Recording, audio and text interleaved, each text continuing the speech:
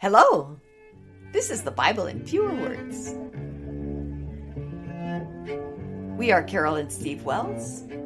This is episode 114, 1 Samuel chapter 25.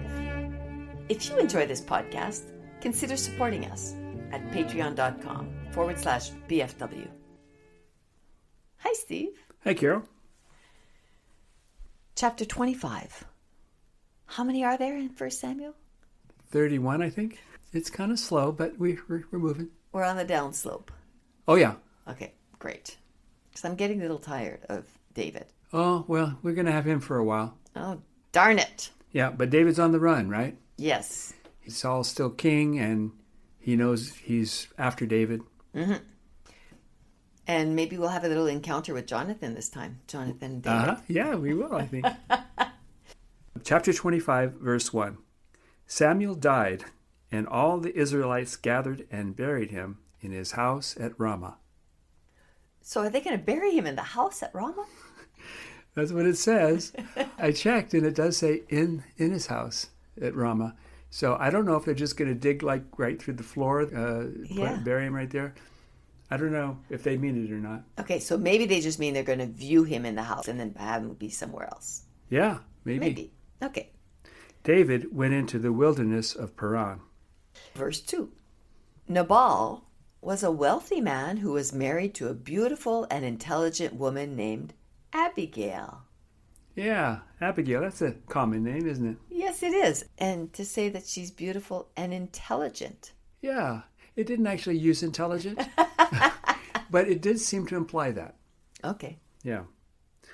David heard that Nabal was shearing his sheep, so he sent 10 young men to Carmel.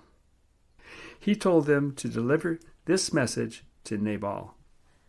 So David is in the wilderness of Paran with his discontented army. And now he says, hey, there's this guy there shearing his sheep. So maybe I should just he's sending spies to them? Oh, no. No? No, it's not spies. When he says his young men, those are really his executioners. Those are the people that are going to do the bad stuff. Oh. Those are the people that go and collect the fees you have to collect because we're protecting you. Oh, yeah. You need to pay up. That's who the young men always are when they talk about when sending young men. Okay. You don't want young men coming to the door. No. I guess I didn't realize that. So David is kind of He's a mob boss. He's a mob boss. Yeah. He's protecting people. Oh. If they cooperate. Okay. So he told them to deliver this message to Nabal. I hear you have shearers and shepherds. We haven't hurt them or taken anything from them. Give us and David whatever you have. Nabal said, Who is David? I've never heard of him. He's going to hear about him now. Do you expect me to take the food that I need to provide for my workers and give it to total strangers? So David's young men returned to David and told him what Nabal had said. When David heard this, he and 400 of his men girded their swords and went to visit him. Girded their swords. They were bringing him a present. Yeah. Shoot.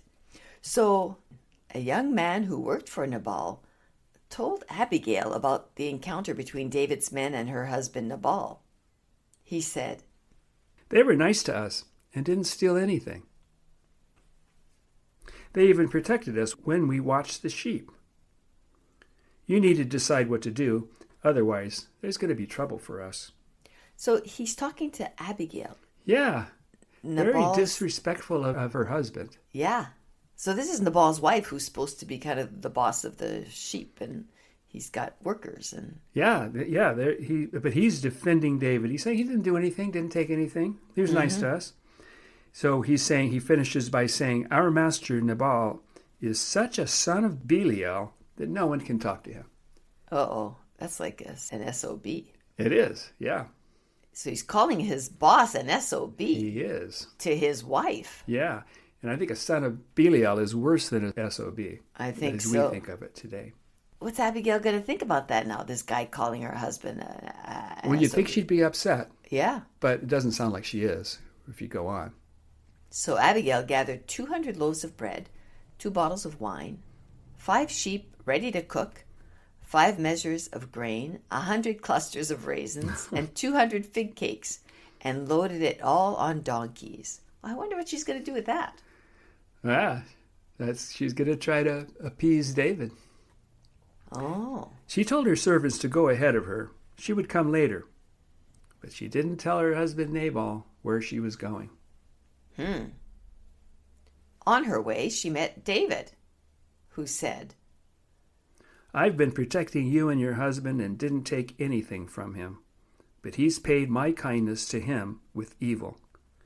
Before morning, I'll kill every one of his men who pisses against a wall. Okay, that's a funny expression. It's used fairly often in the Bible. And everybody pees. Well, yeah, it's pretty clear what he's talking about. He's saying every man.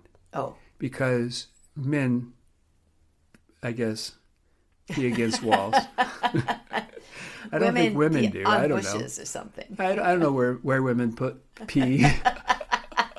but men do it against the wall. So okay. He's going to kill all the men. Ha. Or he was going to, anyway. Yeah. Verse 23.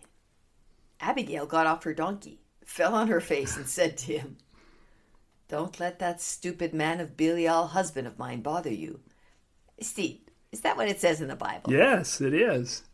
Do you want me to actually read what it says in the Bible? Yes. Okay. It's a lot more flowery than that, but I think it says the same thing. Let not my Lord, I pray thee, regard this man of Belial, even Nabal, as his name is, so is he. Nabal is his name, and folly is with him.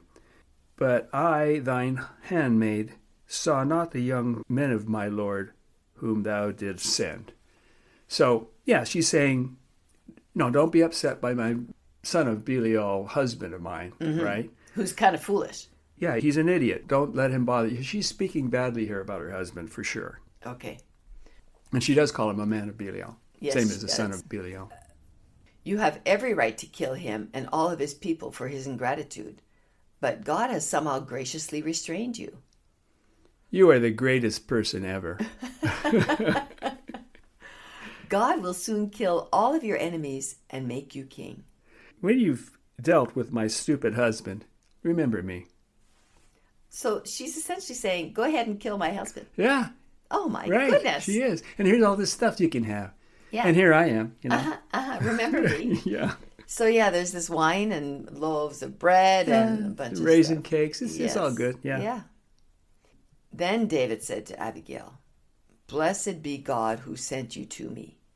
Blessed be your advice to me, and blessed be you for keeping me from killing a bunch of people today. Because if you hadn't have come to me, I would have killed everyone in Nabal's household that pisses against a wall. All the men, I guess. Uh-huh. So David accepted Abigail's gift and said, Go in peace to your house. I'll do what you asked of me. I'm not sure what she asked him. She might have been asking, just kill my husband and take me. Uh-huh. Kind of sounded like it. Yeah, it kill does. that SOB husband of mine. Yeah. And remember me. Uh-huh. Yeah. So he's not going to kill all the men that he had planned to? We'll see. Okay. When Abigail got home, Nabal was having a feast. He was very drunk. So Abigail didn't tell him about her meeting with David until he sobered up. The next morning, when she told him, Nabal's heart died within him, and he became as quiet as a stone. Then, about 10 days later, God killed him. God killed him. Yeah. Ha!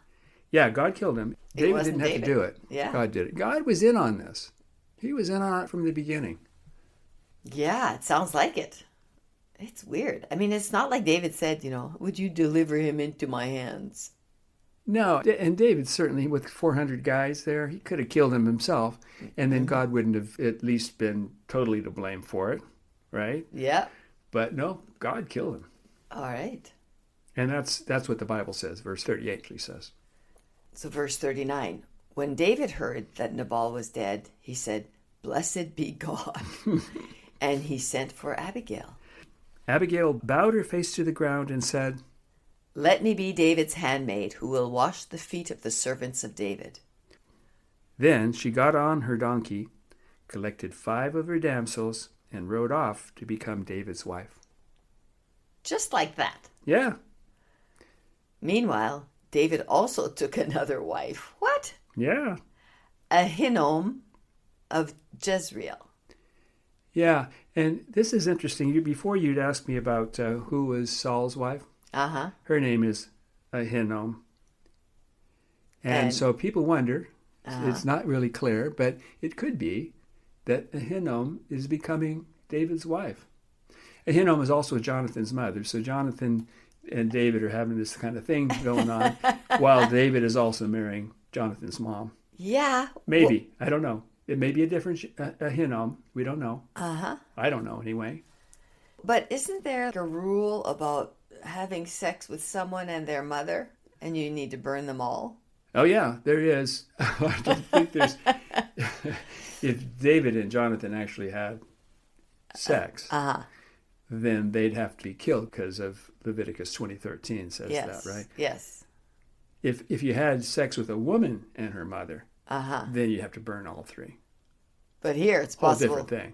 Yes. Yeah. Here it's possible he's having sex with a man and her mother and his mother. Yeah, it could be. All right. Well, But the Bible never says that Jonathan and David did that. They just kissed. And That's exceeded. all. They exceeded. He exceeded. He exceeded. We don't know what that means. Okay. And the last line is, and Saul gave his first wife, Michal, to a man named Phalti. Fatiel. I think it's Fatiel. So, but Steve, how come all of a sudden we're talking about Saul here? Because we were just talking about David taking another wife. Just thrown in. You know, we're talking about David's wives. So Okay. David's first wife was Michal, Oh, the that's one right. that he bought with 200 Philistine foreskins, Saul's daughter. Yes. And now, you know, David's left, running away from Saul. Mm-hmm. And his wife. Get She away. helped him get away. So Saul was probably mad at her too. You know, and so I think that Saul gave her to another man, maybe just to spite David, or maybe because he thought that David had abandoned her, and so she needs a husband. So I'm going to give her. You know, you guys are divorced. Give you another man. Anyway, He did that. Okay. So he's got a bunch more wives than he had before this incident, right? I don't know if he's going to get all 5 of her damsels or not. He's definitely picking up 2 wives here, right? Yes, he is. Abigail and Ahinoam. Okay. Well, what a score for David. Yeah, it worked out well for him. All right. Well, this was kind of an exciting episode. Yeah. Thanks for sharing it with me. Sure. And listeners, thanks for listening. We'll see you next time. Bye-bye. Bye.